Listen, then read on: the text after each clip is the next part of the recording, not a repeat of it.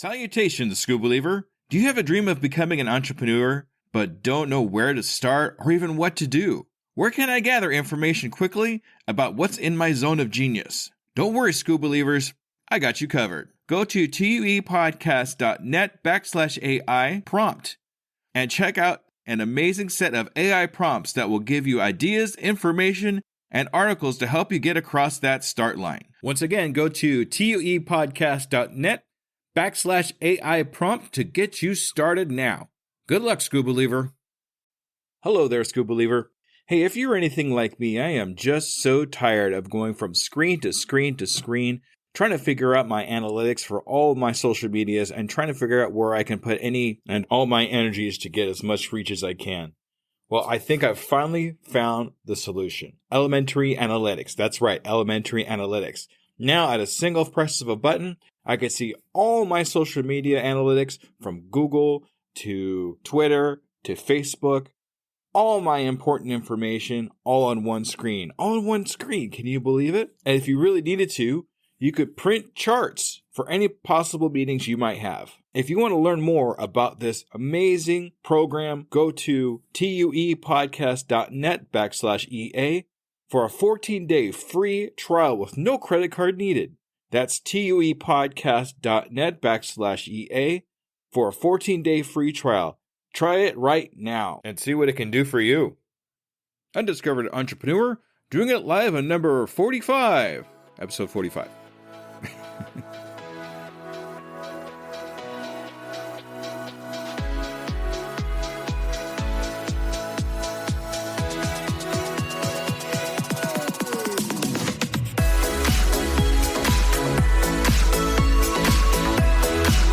Welcome to the Undiscovered Entrepreneur, the podcast where brand new entrepreneurs come to life and could quite possibly be discovered. Join me, DJ Skoob, and the rest of the Skoob Believers as we help these new businesses become a reality. And now, away we go!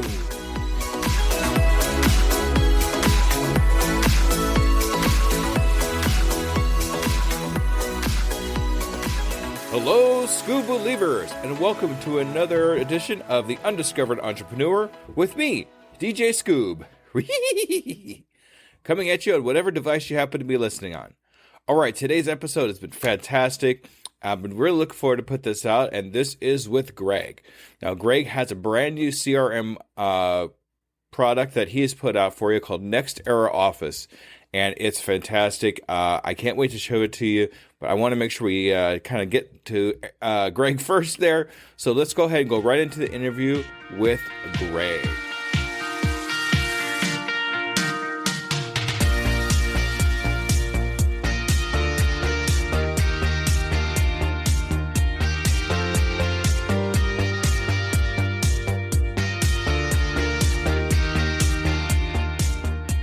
Salutations, Skoob Believers, and we are here again with our very next entrepreneur. We're here with Greg. Hey, Greg, how you doing? I'm doing great. How are you doing today? Fantastic, Greg. Thank you so much for joining us on Undiscovered Entrepreneur. Now I have a really kind of serious question to ask you. You ready? I'm ready. All right. Are you a Skoob Believer? Oh, I am a Skoob Believer. All right. Thanks, Greg. Thank you. We have our next Skoob Believer, ladies and gentlemen. Thank you so much, Greg. All right, Greg, so absolutely. Okay, so if you could just tell me a little bit about what you do, what your entrepreneur venture is, how long you've been doing it, and of course, a little bit about yourself. Sounds good. So I started a product called Next Era Office. It's an online business management CRM type of system. You know, it has the basic CRM system that basically all companies and people need, keep track of contacts and clients and stuff like that. But I've done a lot as far as like asset management, doing invoicing, keep tracking company bills. I'm venturing out into online forms and some workflow processing. So that's my current venture. I've been developing it for a little under 2 years. It's been public for about 6 to 9 months, something like that. I haven't done a lot of marketing yet. To me, it's not quite a completely finished product. I don't think it'll ever be a completely finished product. I always find stuff I want to add to it. But that's my current venture here, is this online business management software. I've been doing software development for about 30 years. Ever since I was a little kid, my dad brought home an IBM clone computer back in the days, Yes. when DOS was just first coming out. And I picked up programming. I kind of just had a knack for it, and I always did.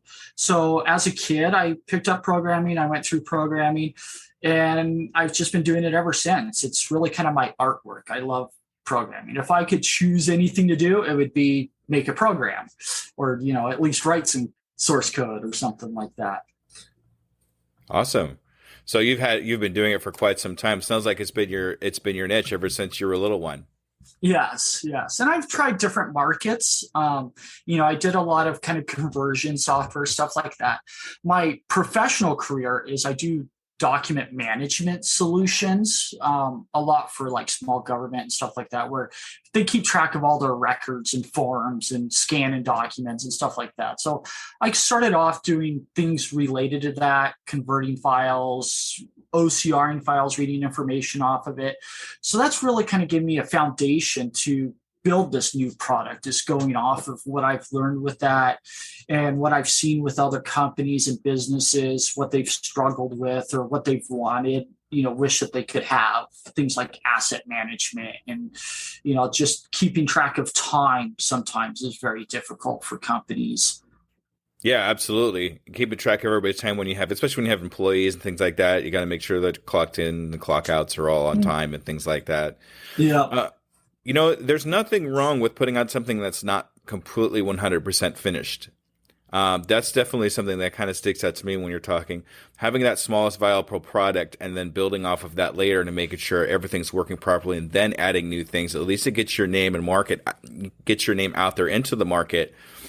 And as things grow, you realize, I can use this. I can use that. Instead of putting all these wonderful things all smashed together, and then something might happen where you have to start over again, where you can just do it little by little at a time and grow as time goes on, and then add things. So, And marketing is tough. Marketing has been tough for just about anybody that I've talked to so far in my podcasts. But it's definitely doable. We're actually doing a little marketing for you right now on the podcast. I'm trying to get you out there. So that's definitely it. Yeah, I'm not a big marketer. I could sell people, I guess, once I interact with them. I usually, I'm knowledgeable about what I do and my product and stuff like that. So once I get into the conversation, it usually goes very smooth. But to actually get that person in front of you to start talking about it, I very much struggle with on that part. So that's been a lot of learning. Primarily what I've been learning over the last 4 months or so is all about marketing, how to try to get your name out there, how to get people interested, how to create content that kind of captures people and makes them, want to learn more about it. So that's kind of been my little 4-month project there, is learning that. I still have plenty to learn, trying to make videos and tutorials and intros and ads and all that stuff that I've never really done before. So, Greg, since you've only been doing it for a short while, in that 4-month span that you've been learning marketing, what's been the most profound thing you've learned so far? Don't write stuff how I would think I would want to write it. I'm a very technical person, so I like to get kind of right to the point and say, this is how this is fixed by this. And that's not how you market. You really kind of go out there and you kind of feed them, I guess, something to get them interested, but you don't really technically describe it all. So, or get into the details of it. You'll lose them and they won't really be interested at that point. So learning that kind of change in conversation or writing has been a lot of what I've been learning. All right. Actually, believe it or not, that's some fantastic information. A lot of people are in the same boat as you, where they think they need to do one thing, but in actuality, they really need to think about what the market wants in your product or in your wording or anything else for that matter. So that's really good.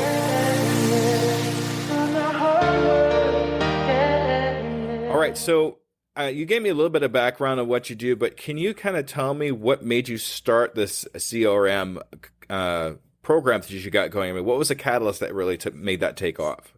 So I've been working in this kind of industry for my entire life for the most part. And I've worked with a lot of different CRMs, things like I don't want to name drop, but things like Zoho and stuff like that. And there's a lot of nice tools out there, but a lot of them are really kind of cumbersome to go through. Pieces are all over the place. Things aren't really tied together. You pull up a company and you can't really see all the bills or invoices or service contracts directly related to them. You have to go somewhere else to try to find that a lot of times. So with that, I've tried to build something that's a lot more integrated across the board. You have a company, and under that company you have people, and under those people you might have like members, family members maybe, or sub-employees, and you want to be able to bring up all the bills that company's had, all the service contracts that they've all had. So bringing that all into one place that you could go to and easily access, but not have to spend months and months and months developing the system. There's a lot of software out there, PeopleSoft, and what's that big one right now? I'm trying to think of. But you have these, and they offer everything, and you could get in there and you could do everything, but it takes a program. You have to go out and hire some other programmer to basically set it up for you, and it's going to take them 4 months to 6 months to kind of get off the ground to start going, just to get these basics kind of going. So I tried to make more of an out of the box type of system where you could go there and you could customize things, but just to get started, you could get started in a matter of minutes. You sign up, you could start entering records. You don't have to like build out screens or build out sub records as custom views and things like that a lot of these other enterprise type of systems have built. So that really makes it difficult for small businesses, sole prop, stuff like that, to kind of get started. Is they go and they look at it and they go, oh, I could get this started, but then how the heck do I even get this set up? It's going to take me 4 months just to get like a knowledge base set up. Where, with Nexstar Office, you could go and basically get started right now. And, you might have to build out some content or maybe change some of the options you want. It comes with the standard options like status values. Maybe you have custom status values or custom categories, things like that. Mm-hmm. And with that, a lot of it I've noticed is the security aspect of it gets pretty cumbersome also. You have 5 employees. You want 2 employees to be able to access your banking information, and you don't want the rest. Well, a lot of them make it very difficult to go through and try to manage all this security and how do I set up permissions across boards and things like that. Or, I want to take this group of records and I want it accessible to this group of people, but I don't want this one, and a lot of that takes a lot of brains to kind of get into. So I try to make that very easy with kind of simple category-based systems. You have a category, you assign permissions on that category, and voila, you don't have to like go through all this kind of custom stuff to try to figure out how to get your security working. So I've tried to make a enterprise class product, not requiring enterprise class developers to get started. Right. That's great. Being able to integrate all that into one system is really amazing. I don't know if you got a chance to listen to my episode 2. My episode 2 is with Philip Hughes, who did something very similar. He took an analytic program and was able to get all his analytics on all his social medias on one platform to visually see just all in one shot. You're doing something like that, but I think you're taking it to just a different level, not just integrating, one thing, but integrating a lot of things into that CRM so you can have a great product. And keeping it simple, that is profound to be able to do that, especially something that sounds very difficult and complicated, definitely to me. But, I mean, it goes into one of my favorite acronyms is KISS, K-I-S-S, keep it simple, stupid. Yeah, I live off of that because yes. I am that last S sometimes. But yeah, I mean, being able to keep it simple, people will be able to understand your product better and want to kind of work with that particular product because it's easy, it's simple. They don't have to do a bunch of extra steps. They don't have to do a bunch of extra programming to get what your program does. So, and people will pay to have a simple product. They'll pay more to have a product that's simple and understandable So make sure you keep that in mind when you are selling your product and you get a price out there for yourself. Okay. Yeah, and kind of going off of that, one thing I've noticed a lot, this has really changed over the last 5 years, is you kind of have lost a lot of that one-on-one customer service with people. When I started with this stuff, we would sell a product, we would go on site and set it up and train them and have meetings with them and discuss it with them and stuff like that. And you lose a lot of that now. You don't really have that. You maybe have a bulletin board or a forum and you go and you ask questions, but there's nobody really to call. So one of the big emphasis I'm going to have kind of going forward on this is going into more of like a reseller onboarding type of system where I'm not really going to try to look for the end users to market to as much as I'm going to be looking for an integrator to market to. That way there's somebody there for the customer to talk to call, who will be on site, who will, make it for them. And that seems to be something that we've really have lost a lot of. It's over the last, like I said, 5 years or 10 years with this is people have just kind of started making products and just putting it out there and expecting the person to know what they're doing, and not giving them that one-on-one, which everybody loves. Everybody wants somebody who's, not just like a vendor, but somebody who's there as an information source for them, as a help for them. Absolutely. We kind of miss as humans that human to human contact. That one-on-one contact, we miss that. Some of us even pay to have that, but at the same time, we want to have that in our entrepreneur adventures, just so we know we can make that difference to that one person. Especially when it comes to your product, and that those people will tell their friends, "Hey, this was great information. This is a great product. I got one-on-one information from them. Let's talk about it." So that's great. That's a lot of good stuff.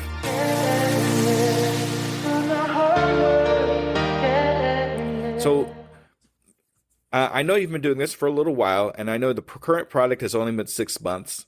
But what are some of the pitfalls and problems you've encountered over this amount of time? I mean, is there anything that kind of sticks out? Trying to think of some problems, I guess. I mean, there's always some problems. Things come up. I don't know if I could really say that there's been too many major pitfalls. It's been slow going through. My biggest pitfall is just that I'm not really a marketer. So to try to get my name out there has been really tough. The market's pretty saturated. You could find probably hundreds of CRM products out there. So that's difficult to kind of get past. Is, a lot of people do a search, they'll search for CRM and there's 20,000 results that show up and everybody has them. And, a lot of them look very, very beautiful. They're all fancy and stuff, but they're very limited on what they do. They'll only do this one thing. So, I'm not trying to drop any names or anything, but you may find one that's for like client scheduling, and you set up a form and you do scheduling, and it lets you do scheduling. It looks wonderful. It's beautiful. It's all fancy and it has moving graphics and stuff like that.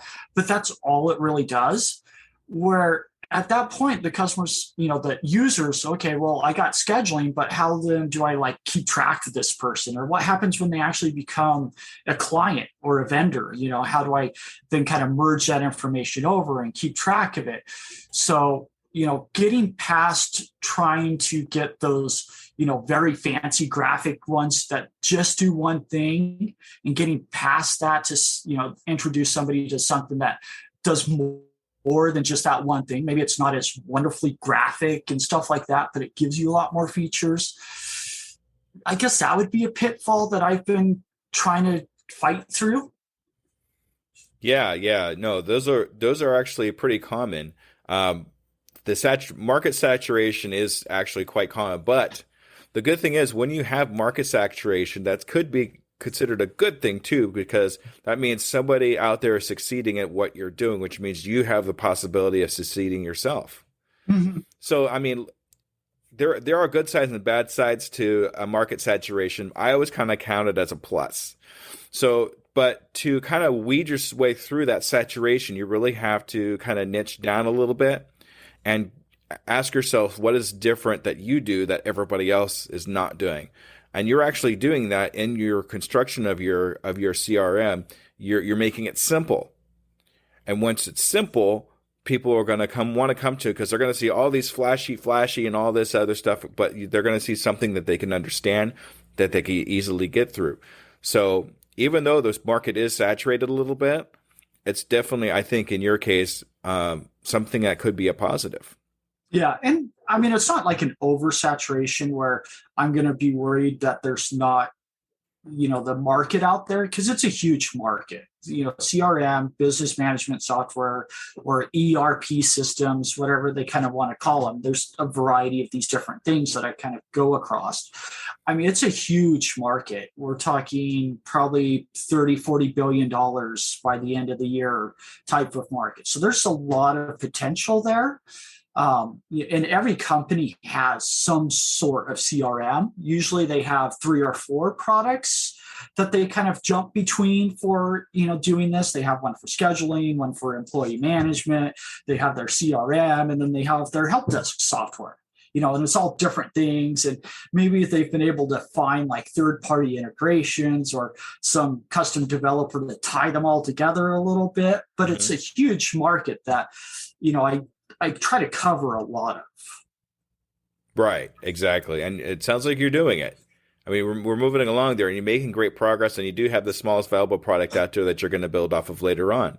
So that's, at least you're out there somewhere. And a lot of people don't even make that first step. A lot of people are afraid of that first step because the market is saturated. So it sounds like you're finally taking that first step in this particular product and taking all of the knowledge that you've put up together up to this point and kind of culminating into this product. And that's a good thing. That's a really good thing. Yeah. Now that I, have it built, because for myself, one of my bad habits, I guess, is I usually will develop and then I'll think about it afterwards. It just kind of comes together. I have like pictures in my head of what I want it to look like and stuff like that. So I'll start doing it. But then after the fact, I'll start thinking of more of kind of the business side of it. So one thing that I've done over the last kind of 2 months or something like that is really spent time building my business plan and the details of it. Because, I have an idea, I have a picture, but the little steps that you have to go through in order to truly do it, you have to kind of do a business plan, whether you release that or not, but it gives you a blueprint to follow. What am I going to do? And I don't get too lost out into the weeds, trying to do this and forget that I need to do this. Yeah. Yeah. That happens to me a lot too. When I get an idea that I want to go do this over here, and oh wait a minute, I got to do this over here. And just because they kind of whiffle around and you want to, it's kind of like, what do you call it? Squirrel syndrome, where you want to do a brand new things. You know what? You know what might be able to help you out though? And I don't know if you know who Pat Flynn is by chance. It doesn't sound familiar, but okay. I'm also really, really, really bad with names. That doesn't really help my sales portion. I'm horrible with names, though. That's okay. So Pat Flynn is a gentleman that I follow pretty closely, and he wrote a book called Will It Fly? And this book will give you a blueprint of how to put businesses together and make sure that they're capable before you actually spend extra money and time on it. And that gives a great blueprint of how to do exactly what you're trying to do. Kind of make steps and how to start a business and how to continue it and how to make it viable. So I would definitely suggest looking into that book. I do suggest the audio book because he adds some things in the audio that the original book doesn't have. So that's kind of cool. Okay. But I think that would help you out. I'll send you a picture of the book so you could see what it looks like. And if anybody wants to look at the book, it is available on my website in the resources page. All right. I'll definitely check it out. Lots of reading. Yes.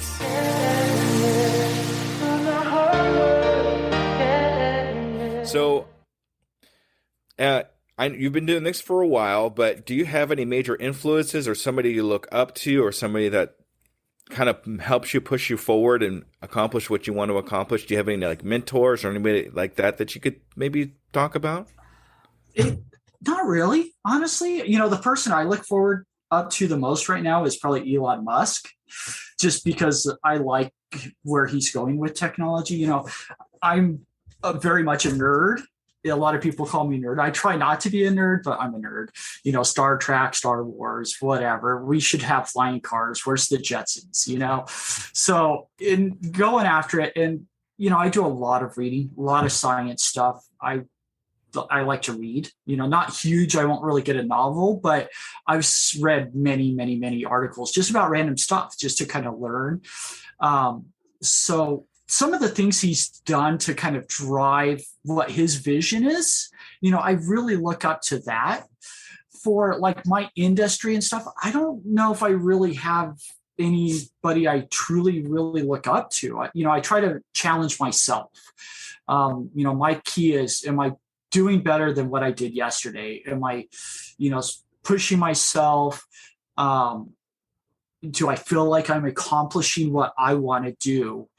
Is really where I go more than really looking up to other people. Because looking up to other people, there's great people, there's bad people, and there's great people in bad spots, and there's bad people in great spots. So, I don't really know if I have a role model. Maybe I have a couple, like my dad's a firefighter, so he's always been kind of a role model, Of course. But out there, for actors or actresses or large company owners or I've never really been a role model type of person. I try to be my own role model. That's actually a good thing. When you're going through your entrepreneur adventure, instead of kind of looking up and trying to get to where somebody else is at, compare yourself to yourself. Compare yourself to yourself last week. Compare yourself to yourself last month. Whatever it takes, that way you can see that you're actually making that progress, that you're going forward with your entrepreneur adventures and things of that nature. So that's actually a good thing. Elon Musk has been mentioned several times in my podcast. Probably. Yeah. And he's definitely a gentleman to look towards for the future. That's for sure.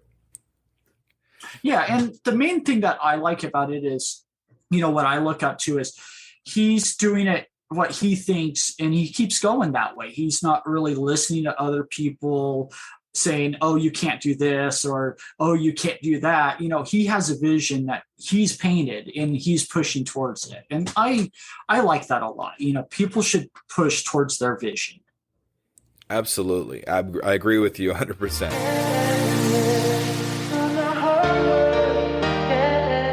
Okay, so you've been doing this for a while, and you've come this far. But when will you know you've made it? When would you think you've gotten to that point where you say, "This is exactly where I was looking for. This is what I want to be, and where I want to be"? Can you kind of describe that to me? So right now, my current where I'm at now is I have, a full-time job. I do systems engineering, development, and stuff like that.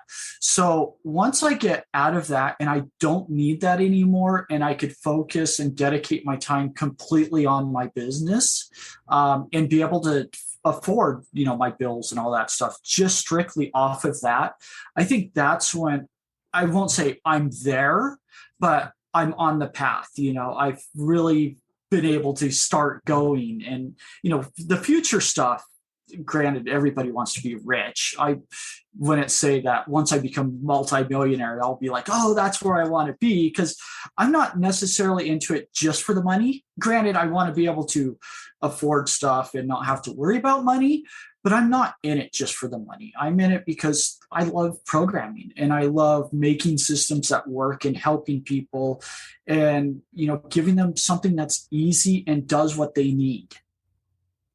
That's fantastic. That's fantastic. A lot of people, excuse me, a lot of people will count that as like a money thing, but guys like us, we want to be comfortable. We don't want to be like filthy rich and just not have like anything like that. I would just rather be comfortable and help as many people as possible with whatever knowledge that we have. Mm-hmm. And that sounds like that's where you're kind of going with it. So it's not really a made it thing. It's I've made it here, and here's my next step. And then I've made it there, and here's my next step. And it's just kind of an ongoing thing. Yeah. All right. That's awesome. That's kind of what I do too. I want somebody to be able to say, hey, thank you, DJ Skoob, for helping me with whatever it is and making a difference in my life, but I still want to move on and keep going. So that's awesome. Yeah.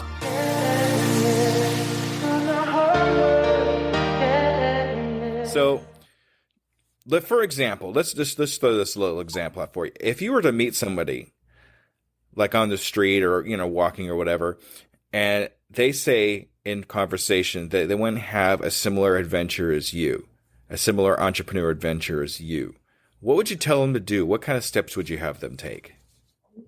The first thing, and I really wish I did this more or listened to when I was younger, is network. Networking to me seems like the secret ingredient to just about anything. You might have the skills, but without the network, you don't have the resources to push it, because nobody has all the skills. Nobody's great at everything or has the time. Maybe even if you are great at everything, you just don't have the time to do it all. Or if you do, you're not doing it good.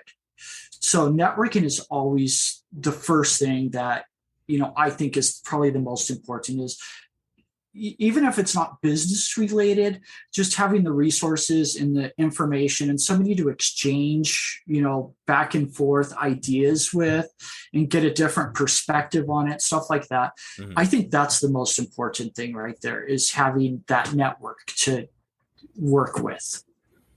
I agree with you 100%. When I started my entrepreneur adventure, way back when I wanted to be a karaoke DJ and a music DJ, I had no network at all. I had nobody I was able to talk to. And even trying to get out, it was really difficult to me to figure out how to, even talk to anybody about what I wanted to do. But once I started podcasting, I actually figured out how to get into a podcasting network, and things just blew up for me. I started learning even more quickly and understanding how things work. So networking is definitely a top priority when starting an entrepreneur adventure. Get out there and talk to other people that are doing the same thing that you're doing. You're not competition for them. They generally want to help you and help you learn what you need to do. And there's nothing wrong with competition. I'm fairly big into soccer. I do a lot of soccer. I was a soccer coach for my kids while they were growing up and stuff like that. I've also coached a couple other teams to help out with our soccer clubs here. And with that, I've always kind of strived that, a friendly competition is great. You want friendly competition. You might be enemies on the field, but you should be friends afterwards. You need that to make yourself better. Out of anything else, if you don't have competition, you're just going to sit there and kind of tread water and never push yourself. So you need that competition, and it helps everybody involved. Absolutely. And that's what really drives us forward to continue getting ourselves better, is that friendly competition. Mm-hmm. All right. That's a good answer. I love that. Thank you so much, Greg.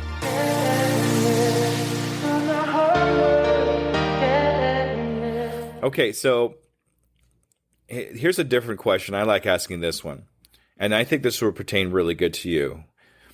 If I was looking for a CRM program, just say, and I'm looking at your program, I find it, but I'm looking at other two programs that have the same price, the same kind of programming and what I need it to do, what would actually set your program apart from everybody else's? That kind of depends on some of the programs out there. The two things that hopefully kind of set me apart, there's two different scopes of these. There's the ones that have the systems that are easy to use, and you could go and you could hit start and you could go, but they only do one thing. And they don't really give you a lot of resources to do anything with that. They, have maybe a help topic, but that's really about it. Where I'm trying to go into videos, tutorials. Also on it, I'm working on like a wizard-based configuration thing where you go in there and you go, hey, I want to get started with online scheduling. So you go and you say, let's start with online scheduling. And it's going to walk you step by step, screen by screen. This is how you do it. This is what you want to do to get it set up. And a lot of the smaller products are really, they don't have that kind of information to you. They don't, they just take you there. They maybe give you a help topic to talk about, and that's all they really give you. So that's the one spectrum that, I set a little side different than that one. The other spectrum is kind of the opposite side, where they have everything. They have YouTube videos, they have, classrooms, they have training classes, all sorts of stuff. But you need all that just to even get started. Yeah. So to kind of offset that, you don't need that to get started. It's there and you have the options, but I give you a model to start with. So you're hitting the ground running, not hitting the ground going to school. So I try to find a good little mix between the both. And I think that's really what sets me apart over a lot of these other ones is, you have something that's either really fancy and simple and that's all it does, or you have something super complex, does everything, but you have to be a genius to figure it out. You don't really have something in the easy spot where you just get started, you could go, you don't need to be a genius to get it set up. But then if you want to actually add to it, you can, and you could customize it almost however you want. All right, that's dead. I'm sold. I'll take it. Okay, so, but yeah, finding that happy medium between learning the process and just going with what you need to you can continue on with what you need to accomplish. That's good to have. I mean, and I find that too, where it's either so simple that it's like it only does one thing. I could see that, but then having like to take a 4-month course just to be able to use the program, that's a whole nother. I wouldn't even bother with that. That's just way too much out there. So I would definitely just shut that one off. So having the happy medium between the two is definitely a good way to go. Yeah, it is a struggle to keep in that happy medium though, because you want to make sure you give your users the option to, go that advanced out there, but you can't make it that advanced to start with. So you kind of have to give them a template that's easy to use, but still give them some of those hidden little treasures that let them do the really advanced stuff to, make yourself more viable on larger corporations or just interacting between different systems, because almost no company is just going to pick one system. They have a system, they maybe want a new one that does this one thing. And a lot of companies do that and they just kind of pick that system and they go with it. So, trying to get your foot in the door to the company with that one system and then giving them the option of, hey, we also do this. You could expand on this just right now by going here and clicking on this to get started type of thing. That's good. Giving somebody the option to continue on with the education of the program if they choose to. That's a good thing. That way, if I decide, hey, I want to go more advanced with this, maybe I do want to take a quick course or whatever to understand how this more advanced thing work, and I can advance my entrepreneur adventure after that. So that's definitely a great option to be able to do.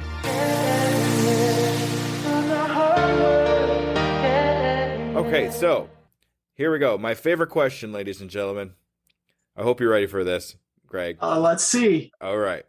So, what is the one question you wish I would have asked you, but I didn't? Because I always miss one really good question. I have something that goes, oh, I really wish he would have asked me. I was ready for this question. He never asked it. What is that one question, Greg? I guess what's your 6-month goal? I guess. You know what's funny is that's actually my next question. Can you think of another one for me so I don't?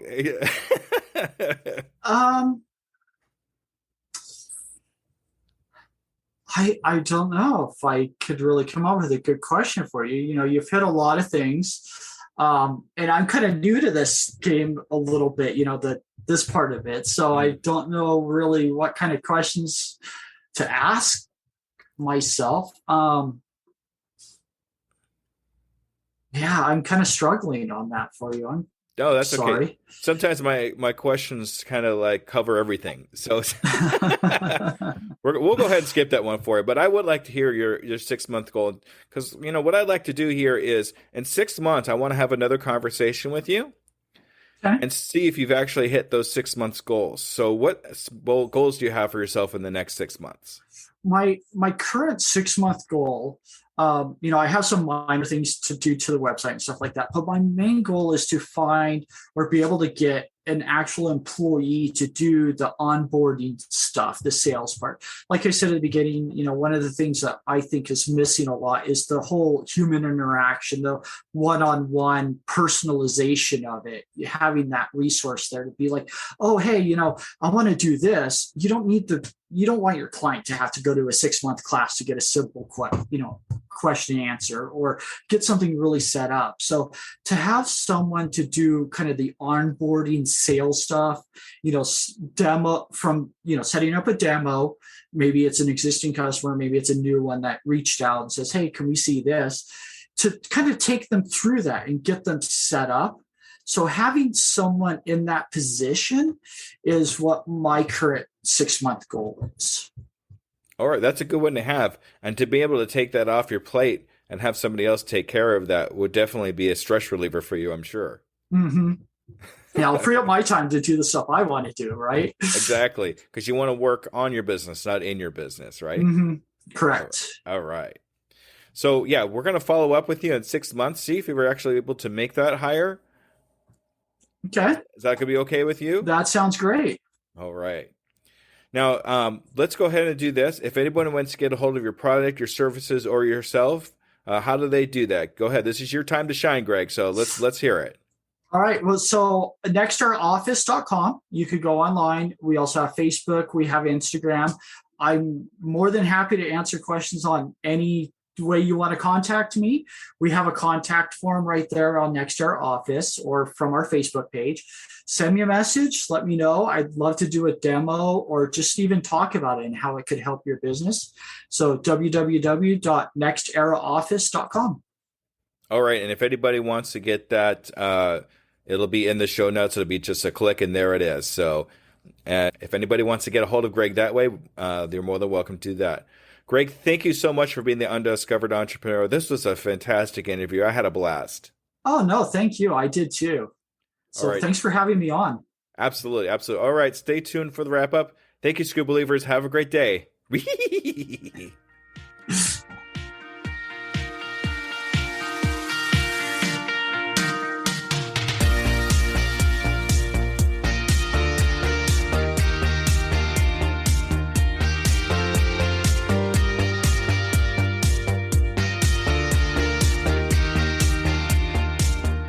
All right, ladies and gentlemen, that was Greg. What a great product that he's put out. It's just so good to see something so simple that we could actually kind of get into it and use it to whatever we need to use it for. I love having that kind of all-in-one product kind of feel. It helps us save time, monies, energies that we could put into other things in our entrepreneurial adventure. I love the fact that he's kept the human touch in his business, and I like that he talked about how we still can actually have that in our entrepreneurial ventures where everything doesn't have to be automated all the time. We could still have that human touch, and I think that's what really makes things different than everything that's out there right now. So you could definitely look for Greg's product, which is Nextera Office, in the show notes. So if you go down there, click on the link and see what Greg's product, Nextera Office, can do for you. All right, so a little bit more about what I'm doing and what's been going on with me. One of the things I've really been working really hard on lately is my box, my entrepreneurship in a box that I'm going to be using to help other people get started in their entrepreneur adventure. So just a little update what's going on. I have a box that I'm trying to put together here to help people start an entrepreneur adventure, and everything that you need, all the major stuff that you need is inside this box. So I'm going to have products in there. I'm going to have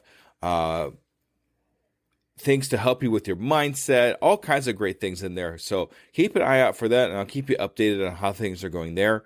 Also, I want to just kind of announce my next group coaching that I'm having inside of Numospect on June 13th, 2023. If you would like to join in on that group coaching with me, DJ Skoob, join Numospect community, go to tuepodcast.net/lab, and we can actually get you in on that. You get some time for free. So, if you want to join me in this group coaching that I'm putting together, look into joining Numospect. Join me in that group coaching.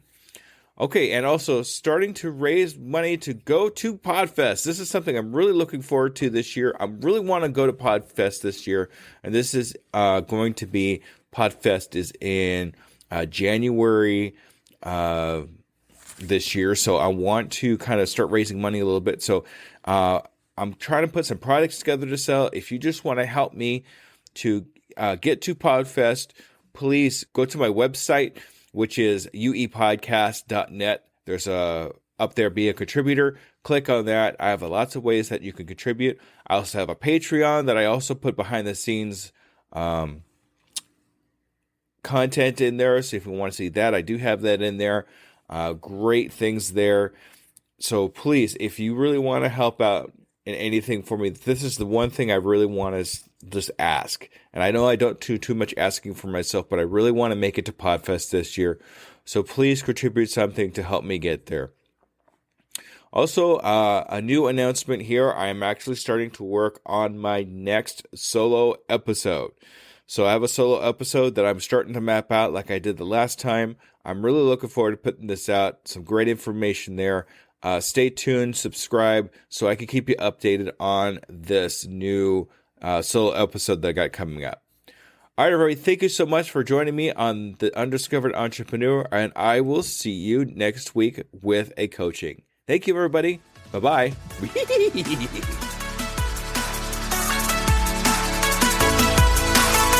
Hello there, DJ Skoob here, and I just want to personally say thank you for listening to my program. I really hope you learned something. Tune in 2 weeks to listen to another brand new entrepreneur. And remember, I can, I am, I will, and I'm doing it today.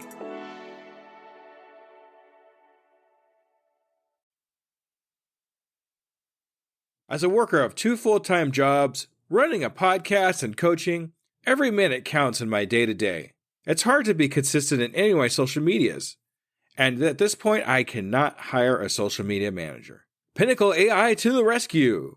I've been using Pinnacle AI for a couple of weeks now and seen big improvements in my outreach and consistency in all my social medias. Do you want to save time and increase your productivity too? Go to tuepodcast.net/AI for more information. Save yourself time and grow your brand. Try it now and see what it can do for you.